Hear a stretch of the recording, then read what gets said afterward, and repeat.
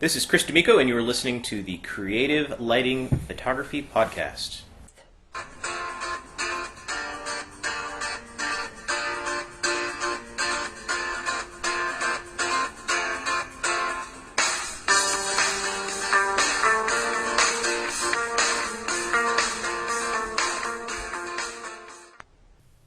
Thanks for tuning in. This is the Creative Lighting Photography Podcast.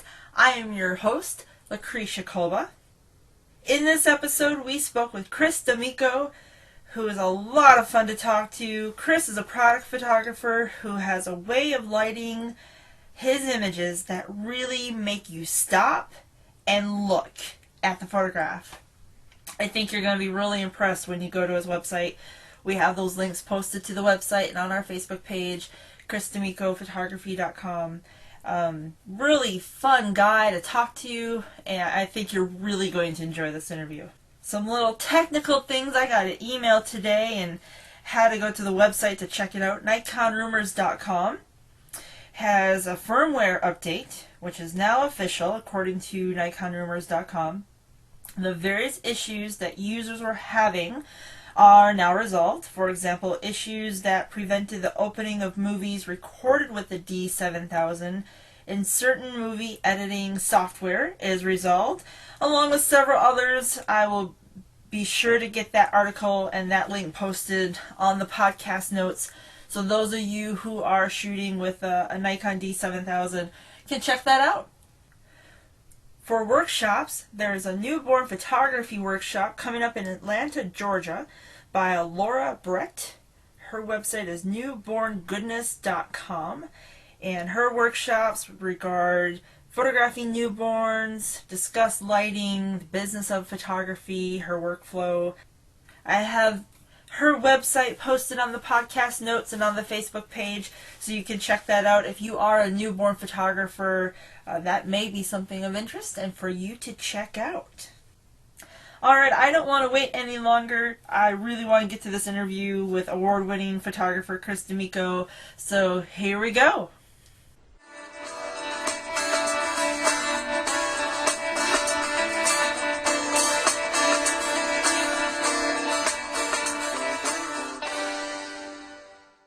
So we're back at Westlight Studios in Franklin, Tennessee. This time we are talking today with award-winning photographer Chris D'Amico.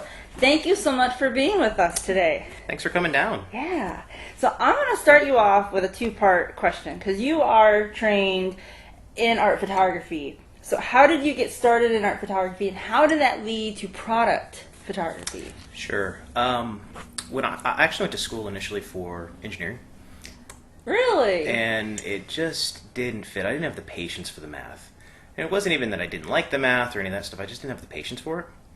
And at the time, my girlfriend was in graphic design. I was like, well, that's a cool thing. I kind of checked that out. Did, decently well in design, but I ended up photographing everything that was going into the designs. All of the, I would sort of making a sign, I'd put some letters together and I'd take a photo of it, and then I'd make the poster out of the photo. Oh, and so cool. when it came to portfolio review, the instructors were like, maybe you're on the wrong side of that. Switch to photography. And it was kind of a funky switch, too, because the design program was very corporate. The typography was very structured, and illustration was very structured, and the photo side was super heavy art. A guy named Baldwin Lee was the instructor, the head of the department. And he's this brilliant little 4'10" Chinese-American guy who would go down to the swamps in Louisiana and photograph people doing just crazy stuff. So it was just super heavy kind of editorial style art, capturing people, photographing nothing. Oh, so wow. it was a weird switch between the two worlds, and they were of course across the hall from each other. So it's like one side's like everybody's buttoned up, and the other side people are like, hey man, I just spent 36 exposures on an outlet. So it was a strange kind of culture thing, but it was a good. And my aunt, who's a professional photographer in Seattle, when she learned that I was kind of switching programs, she bought me a Nikon FE1 with this beautiful little 50mm lens on it. So I kind of felt at that point like I was kind of committed. Right. It's like, here was this incredible gift, and I was like, well, I can't can't turn around at this point. And so I stuck with it, and it's Cool. worked out pretty well. Yeah. As far as segueing into product photography, it was a little bit of a bumpy road. When the first couple of years, you know, you're looking for assistant gigs and you want to shoot as much as possible and you want to work with this guy and this girl and that girl, and you know, is this almost one of those things where there's so many jobs in photography. I had to figure out, do I want to be a shooter? Do I want to be a producer? There's a huge market, some of the bigger markets for these, you know, professional grips, professional assistants, and they do super well, and they show up to work and they do their job and they go home, and there's not this like running your own shop thing. Is that what I wanted to do? So I struggled with that for a couple of years, and then I came onto a little company called Cabbage.com as their director of photography, or as they called it. I was called the salad shooter because they had goofy names for everybody. The guy that ran the place, Chris Blands, he basically was like, okay, all this stuff is awesome, but if you're going to make a business, here's a hole in the market in Nashville. And so I was like, well, I guess there's a hole in the market in Nashville, because everybody wants to shoot the next, you know, they want to shoot Taylor Swift, they want to shoot the next big country act, the whoever, which is awesome. Right. But there's just not a ton of people that just shoot stuff. Because people want to be locked in a dark room with a coffee That's cup. very true. Yeah, it's a very valid point. You're right. Yeah. So, you know, and there are definitely times where it can be dull. It's like, we have 64 diodes on 13 different boards. We'll see you in 3 hours. It's And like, go. okay, I'm here for a while. So you put some good music on, you make another pot of coffee and work through it. But on the flip side of that, yeah, that may be the catalog side of doing it, but then you get to go shoot those diodes in the field, and they happen to be attached to, you know, a 64-ton train, which, you know, then it's like, okay, that was worth it. Yeah. You know, very. but yeah, Chris was very, very kind of cut and dry about it. He's like, if you're going to do product photography, corporate photography in this town, you know, we're looking at everything's got to be in focus. It's got to be tack sharp. You've got to have, you know, kind of the structured technical knowledge. And a lot of the technical knowledge came from the art school, because it was like, we may be shooting, you know, a portrait of a homeless guy, but technically everything had to be perfect, because that's all you had. It wasn't like this, we're taking this film, scanning it, going into Photoshop, moving stuff around. It was click. That's it. So that had to be perfect. So that kind of dovetails in that the attention to detail that came from the art has to translate to the product photography, because it's one of those things, nobody notices good product photography, everybody notices bad. Yeah, absolutely. When you're on Amazon, you're like, what is wrong with that picture? Why is that cut off? You know, you don't notice the perfectly lit, well-structured stuff. That's just the way it's supposed to look. So Yeah. it's definitely one of those things you kind of fight with. Yeah, very cool. Well, that's a great background to know that schooling just kind of gave you one shot. That definitely prepared you for today. That's really cool. And speaking of your shots, let's discuss your style. I mean, your photography, when I was on your website, it gives like this really real, dramatic look. You know, I mentioned when I walked in here, I think one of my two favorites are the cupcakes. I mean, I remember my hand reaching for the screen. I'm like, what am I doing? It's like, that's a photograph. And then a kid, your cappuccino, and I'm like, wow, how are you able to take, you know, these non-movable, non-living, non-breathing objects and just bring such energy to them? Well, I think with, especially with some of the food stuff, it's just a lot of fun to kind of build in, to kind of create a moment, even though there's not really a moment there, but you pour the milk in the coffee and everybody knows that moment where it's like, there's that magic that happens, but it's like the mixing of the colors, and it's just like, ooh, it's so pretty. Yeah. You know, so especially with the food, it's kind of an opportunity to create a moment. Unlike portrait photography where you're going to have to wait for something, or you're talking and the moment happens. With the products, it's definitely, you kind of have to create that. But I've always been big into building texture. I remember early in my career, I got hired for a carpet job. Yeah. Photographing carpet swatches, which in retrospect, they probably should have just scanned instead of pay me to photograph them. But whatever. It's a nightmare getting them perfectly evenly lit with like 18-inch square. And it was it was a rough job. But I just geeked out about how much texture was in these shags and this and that, and it was kind of this realization that I was like, I really love texture. So I feel like I'm always looking for things that have that texture. So you add that to kind of creating that mood, and you end up with or creating a moment rather. You end up with kind of a feel for how to create that moment that you want to be like, ooh, I want to grab that, I want to eat that, I want to pull it out. There's some cookies that are on the website too. They're these oatmeal raisin cookies. I kind of had this idea. I was like, what if we stack cookies next to a glass of whiskey? Oh. And I made those cookies like 4 times, because the first time I made them, they were like these perfectly, you know, they're little domes, and I was like, that's not going to work. So I made them again. They were a little chunkier, and then I made them again, and of course then they wouldn't stay together because there's too much stuff in them. But the 4th time, Work time was a charm. it had the right amount of, like, you know, oats to chocolate to, and it was just to find that right texture, because I feel like that's really what makes either texture or the lack of texture is kind of what makes a lot of that stuff sing. When you see an Apple product, you expect it to be flawless, you know, and when you see a bowl of food, you want to see all that texture and all that. Yeah, absolutely. Yeah, so. Yeah. Well, you do it very well. Well, thank you. I was really enjoying going through that. I was very impressed. And speaking of Apple, you being an award-winning photographer who has shot for some pretty big names, is it just another day in the office when like Apple and CSX and Army National Guard call you up? I mean, how do you react to that? Those are big deals. Yeah. It's not an everyday in the office. It's amazing when the phone rings and it's like, hey, this is so and so from this agency. We want you to, act as an embedded reporter for 4 days in the desert with the National Guard. I'm like, what? Excuse me? Sure. And so you definitely kind of have to jump on those when the phone rings. I remember we did some work with 12 South, is the Apple only manufacturer. The rate wasn't just great, but I was like, this is not one of those things where I need to be like, well, for this rate, so we just jumped on it and made it happen. And yeah, it's very exciting when that happens, but no, that's not an everyday thing. Yeah, I was pretty impressed going through, your portfolio. I'm like, my gosh, who haven't you shot for? It's like Yeah, there's been a lot. That's really awesome. That's really exciting.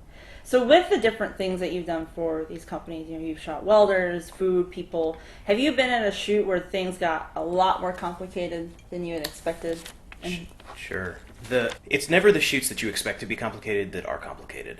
Like the industrial door shoot it was a live factory. This company makes welding, or it makes blast doors and hangar doors for the military, and they've got probably 80% of the market as it is, and they wanted to launch this big brand campaign to try to capture more of that 20% they didn't have. And so you've got this warehouse that is, I think it was 1,000 feet from end to end, and they're building these doors, these huge doors in one piece in the middle of the floor.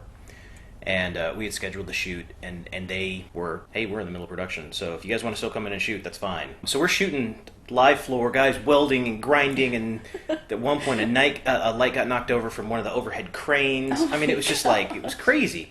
But it really wasn't that difficult to shoot, because it was, I'm like, hey, cross your arms, look mean. All right, we're done. Great, next setup. It's we photograph a pillow for Singer, and we spend 2 hours styling the edges of the pillow. And it's like, oh my goodness, really? It's a pillow. We could have fixed this in Photoshop. Those are the shoots that completely get out of hand, because you're like, it's a bookmark. Fantastic. Shoot it. Oh, that looks like trash. Okay, how do we fix this? Yeah. So it's funny the shoots that kind of spiral out of control are usually the extremely simple ones. The more complicated one, I guess you can just hide some of the imperfections in the. Well, yeah, it's supposed to look like that because there's something exploding in the background. Because naturally, why wouldn't there be an explosion in a warehouse? You could sell that. Exactly. But it's just like a pillow on a couch. It's like, why is the pillow crooked? Frizzle. All right, fine. We'll adjust it. We'll adjust it. We'll fix it. Now, I've done some welding. Not a lot. I'm not any nearby pro, but you can't look at this light. So when you're in there with these welders, how did you? Very carefully. There's a little bit of I had a neutral, like a half-stop neutral density on the front of the camera and a polarizer, a circular polarizer, so that helped cut back on some of the glare. But there's like something with the diffusion of looking through the lens, hit the mirror, and then back up through the viewfinder. I think it broke it up enough that I wasn't necessarily seeing spots. That's good. Yeah. That's good. When I saw it, when your welding pictures came up, I'm like, all right, I'm very curious. I just got to ask. Well, the plasma torch too. Those big plasma torch cutters. That light burns brighter than the welding. Oh wow. The oxyacetylene torches and stuff. So yeah, and every machine shop from here to LA has one of those big flatbed plasma cutters that burns at who knows how many millions of degrees or something ridiculous. Yeah. Wow, that's amazing. So on the technical side of things, we like to talk about studio gear and lighting. What is your favorite light modifier? Right now, and probably has been for the last 2 years, my favorite modifier is a beauty dish. I think it's fantastic. It's easy to bring to places. It's tough. Somebody kicks it. It's not going to randomly collapse on the end of a light if somebody doesn't set it up right. And it provides a nice, soft, but still directional light. That plus just a 7-inch bare head with a reflector, with a grid spot on it. I mean, that's 90% of what I shoot. Doesn't matter if it's a person or if it's a product. Every now and then we'll have to put more diffusion on something if you've got, a mirror finish or something like that. But typically, it's 2 beauty dishes and 2 bare heads with grids. Oh, wow. So what lenses do you use?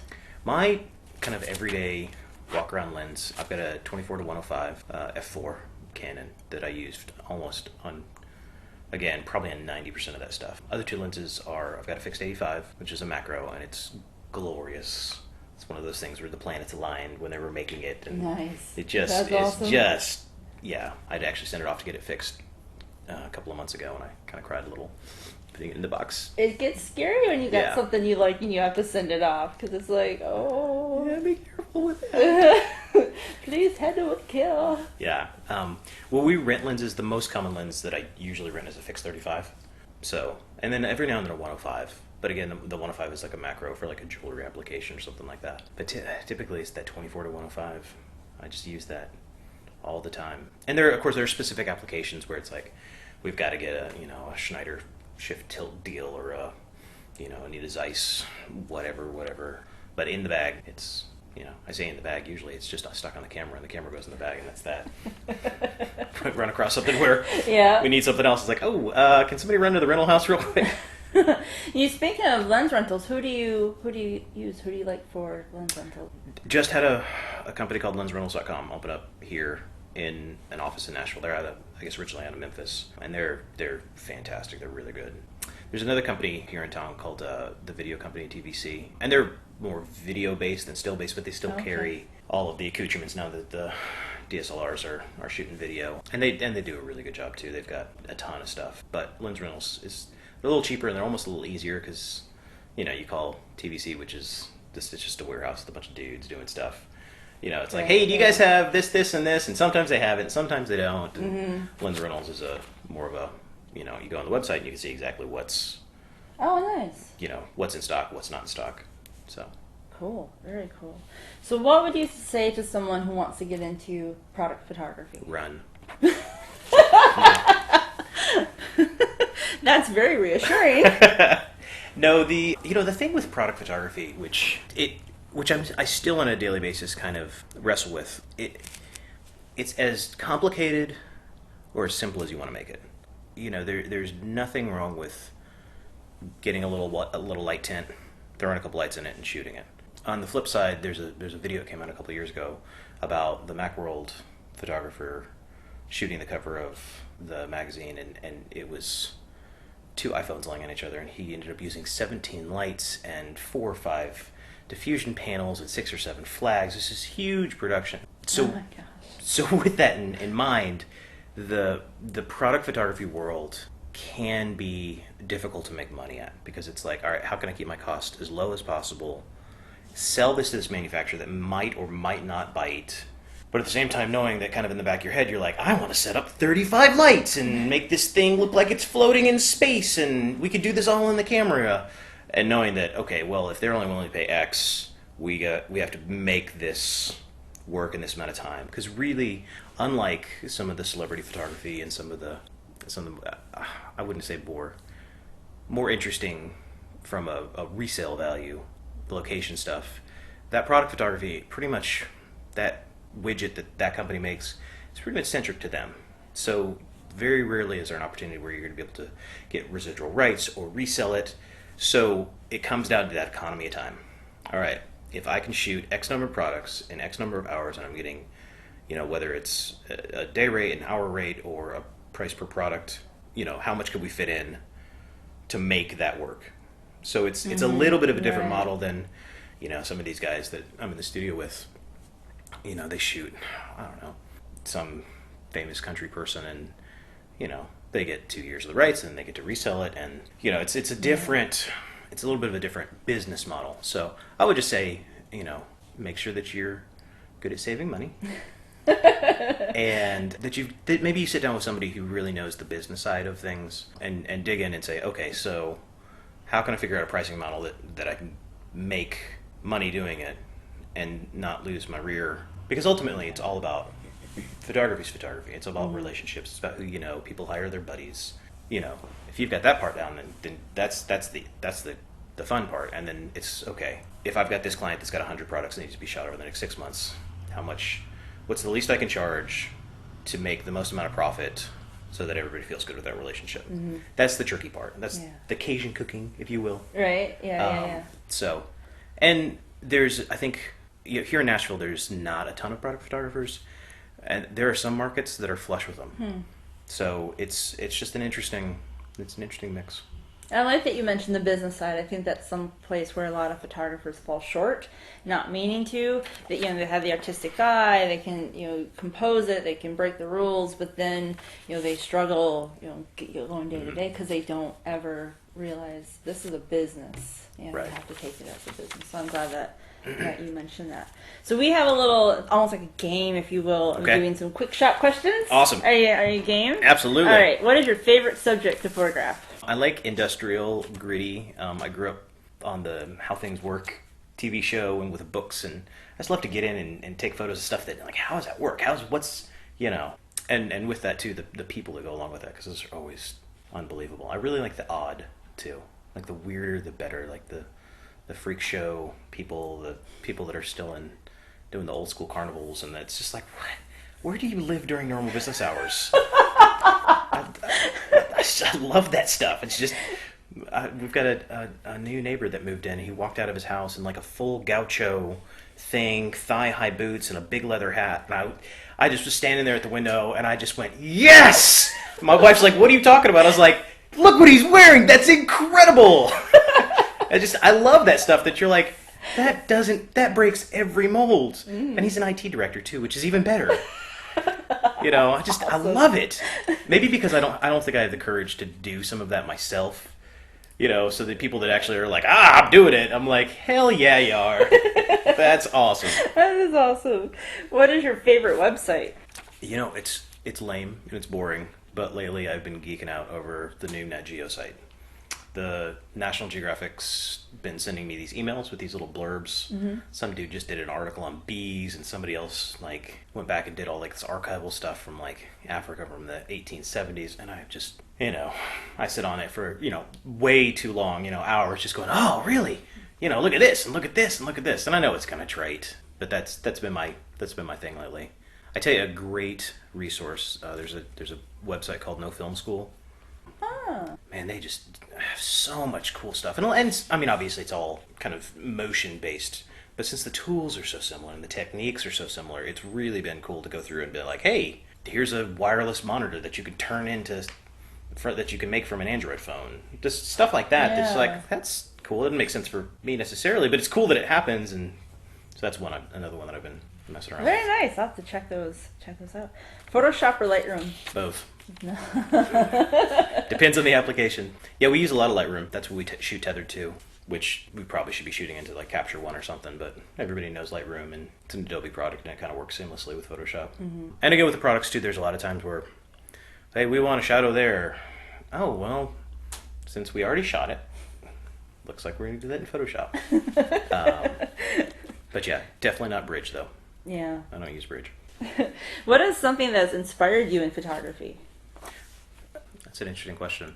I think the thing, going back to what I was saying before, I love textures. I'm such a texture guy. I love we'll be driving around town and I'll drive past some old building and it's just the wall's busted out and there's a hole in it and the frost has hit the side of the wall from the compressor next door and you've got this crazy texture thing. I just love that stuff. I've got an e-buddy, somebody that I follow on Twitter and Instagram. We've kind of talked back and forth a couple times. His name's Evan Rothman, and he does these natural history and these racing shots down in South Africa. And they're phenomenal. But again, it's all about the texture, because it's just it's a little stock car and it's coming around the corner. But as it's coming around the corner, you've got this perfectly exposed, beautiful, almost Photoshop-looking dust cloud that is almost making a face behind it. Or, he's got this telephoto lens of a lion sitting there looking directly at the camera, and you can see the fly sitting on the lion's nose. It's just all about this texture, and stuff like that really inspires me. That there's it's that moment of, and it's just, there's the technical perfection, and there's this textural element, and there's a lot of separation from the background. That type of stuff really, yeah. Yeah, I've learned I need to keep my camera handy because I'll see things like that and it's pull it over. Yeah, well, I'm big with my Instagram account. Nothing goes in the Instagram account that's not shot with the phone.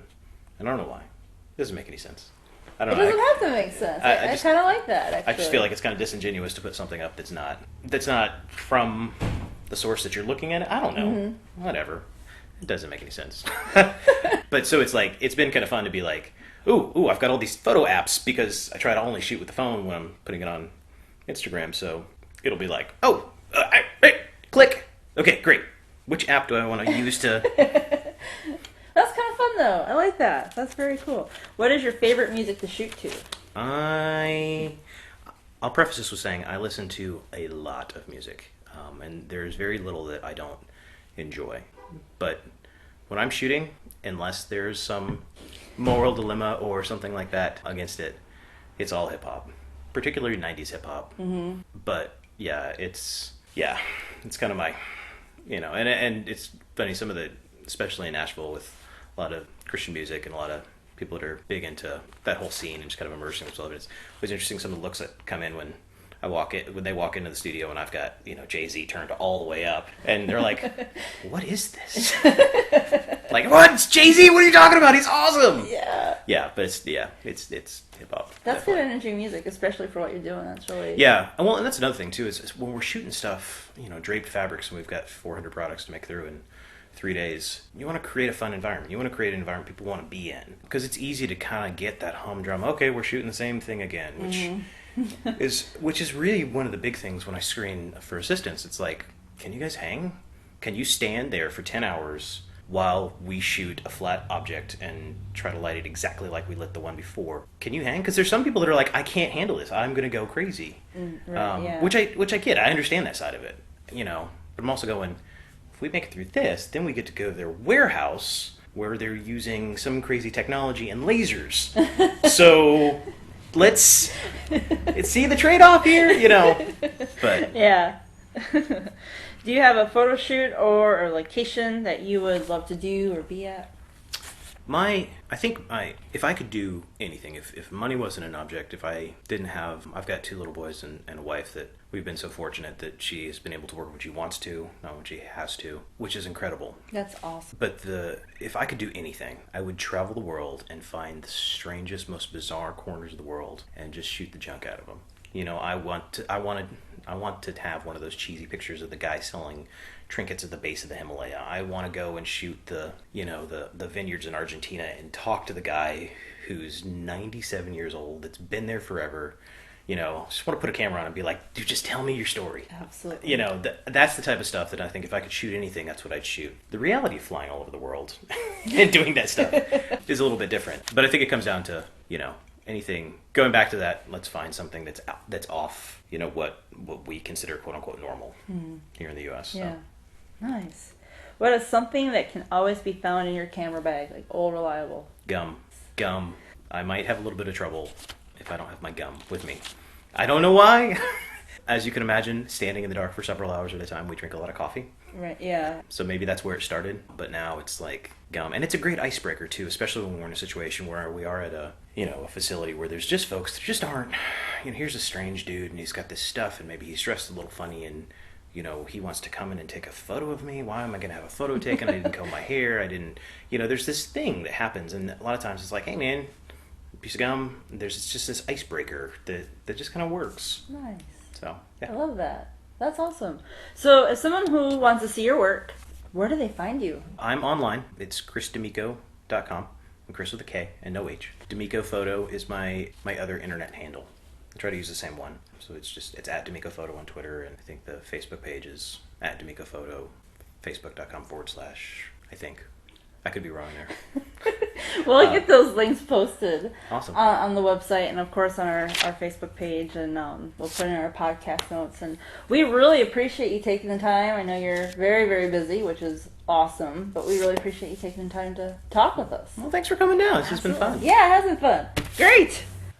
Thank you for joining us on this episode with Creative Lighting Photography Podcast. We hope you enjoyed this conversation we had with Chris Demico. He's a really nice guy, really down-to-earth, interesting individual, talented photographer, and we definitely encourage you to go check out his website, check out his Facebook page. Speaking of Facebook, make sure you like us on Facebook, and check out our Flickr page, add some photos, start a discussion, and we will catch up with you next time.